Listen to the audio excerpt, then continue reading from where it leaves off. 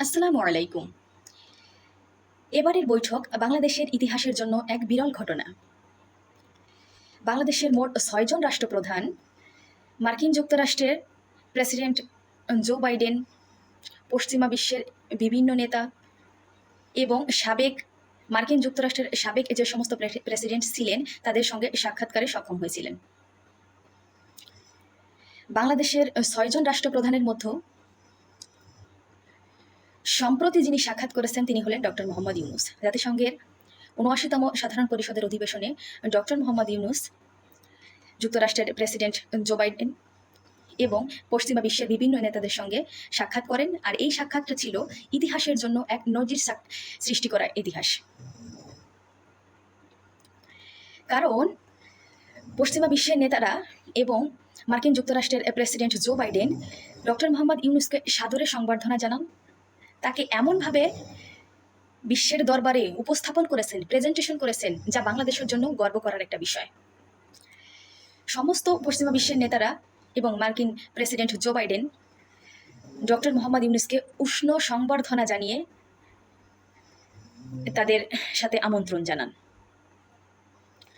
বাংলাদেশের ডক্টর মোহাম্মদ ইউনূস ছাড়া বাকি ৫ জন রাষ্ট্রপ্রধান যারা এর আগেও মার্কিন যুক্তরাষ্ট্রের প্রেসিডেন্টদের সঙ্গে সাক্ষাৎ করেছেন তারা হলেন বঙ্গবন্ধু শেখ মুজিবুর রহমান, জিয়াউর রহমান, সামরিক শাসক এরশাদ,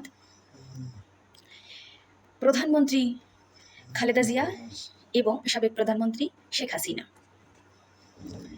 সর্বপ্রথম বঙ্গবন্ধু শেখ মুজিবুর রহমান ১৯৭৪ সালে মার্কিন যুক্তরাষ্ট্রের সাবেক প্রেসিডেন্ট জর্জ ফোর্ডের সঙ্গে এক বৈঠকে সাক্ষাৎ করেন। আর সেখানে তিনি যুদ্ধ বিধ্বস্ত বাংলাদেশ এবং জ্বালানি তেলের বিভিন্ন ক্ষতিগ্রস্ত দিক আলোচনা করে জ্বালানি তেলের যে উচ্চ মূল্য বৃদ্ধির কারণে বিভিন্ন যে ক্ষতিগ্রস্ত হচ্ছে সেই দিকগুলো আলোচনায় আনেন। ১৯৮০ সালে প্রেসিডেন্ট জিয়াউর রহমান মার্কিন যুক্তরাষ্ট্রের সাবেক প্রেসিডেন্ট জিমি কার্টারের সঙ্গে বৈঠক করেন। আর এই বৈঠকে জিমি কার্টার বাংলাদেশকে $1.5 বিলিয়ন সহায়তা দেওয়ার প্রতিশ্রুতি দেন। ১৯৮২ সালে বাংলাদেশের সাবেক প্রধানমন্ত্রী ও সামরিক শাসক জেনারেল এরশাদ মার্কিন যুক্তরাষ্ট্রের সামরিক প্রেসিডেন্ট রোনাল্ড রেগানের সঙ্গে বৈঠক করেন এবং তিনি আরও বৈঠক করেন মার্কিন যুক্তরাষ্ট্রের প্রেসিডেন্ট জর্জ বুশের সঙ্গে। অর্থাৎ জেনারেল এরশাদ মার্কিন যুক্তরাষ্ট্রের ২ জন প্রেসিডেন্টের সঙ্গে সাক্ষাৎ করেন। আর এই সাক্ষাৎকালে তিনি ইরাক এবং কুয়েতের মধ্যে যে বিভিন্ন ধরনের সংঘাত চলছে তা নিয়ে বহু আলোচনা সমালোচনা করেন। ৯২ সালে বাংলাদেশের সাবেক প্রধানমন্ত্রী খালেদা জিয়া বৈঠক করেন মার্কিন সাবেক প্রেসিডেন্ট জর্জ বুশের সঙ্গে। আর সেখানে তিনি গণতন্ত্র, বাংলাদেশের মানুষ, রোহিঙ্গা সংকট বিভিন্ন দিক তুলে ধরেন। এছাড়া তিনি তুলে ধরেন ইরাকের বিভিন্ন ঘটনা। আর এই সমস্ত ঘটনাকে সাবেক প্রধানমন্ত্রী খালেদা জিয়া এবং মার্কিন প্রেসিডেন্ট জর্জ বুশ তীব্র নিন্দা জানায়। এরপরে আসি শেখ হাসিনার কথা।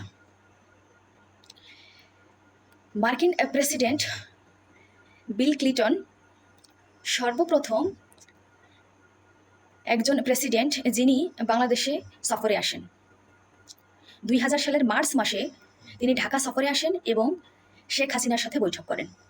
তখন শেখ হাসিনা তাকে গ্রামীণ ব্যাংকের একটি প্রকল্পে নিয়ে যান এবং সেখানে উপস্থিত ছিলেন সাবেক প্রধানমন্ত্রী শেখ হাসিনা, মার্কিন যুক্তরাষ্ট্রের সাবেক প্রেসিডেন্ট বিল ক্লিন্টন এবং গ্রামীণ ব্যাংকের MD doctor Mohammad Yunus.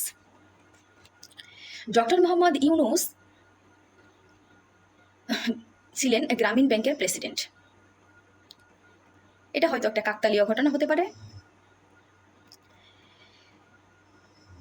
October মাসে শেখ হাসিনা সফরে যান মার্কিন যুক্তরাষ্ট্রে। আর সেখানে গিয়ে তিনি সাবেক প্রেসিডেন্ট বিল ক্লিন্টনের সঙ্গে সাক্ষাৎ করেন এবং বাংলাদেশের বিভিন্ন বিষয় নিয়ে আলোচনা সমালোচনা করেন।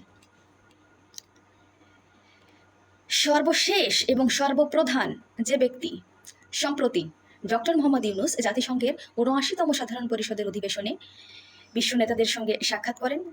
আর এই সাক্ষাৎ ছিল বাংলাদেশের ইতিহাসের জন্য, বাংলাদেশের মানুষের জন্য এক বিরল ঘটনা। কারণ এর আগে এমন কোনো রাষ্ট্রপ্রধান এরকম ঘটনার সৃষ্টি করতে পারেনি। পশ্চিমা বিশ্বের নেতারা ডক্টর মোহাম্মদ ইউনূসকে সাদরে সংবর্ধনা জানান এবং তারা এটাও বলেন অধ্যাপক ইউনূসের দ্বারা বাংলাদেশ সফলতা লাভ করবে, বাংলাদেশ সফল হবে এবং বাংলাদেশের ভাবমূর্তি পশ্চিমা বিশ্ব, মার্কিন যুক্তরাষ্ট্র সহ বিভিন্ন দেশে, সারা বিশ্বের কাছে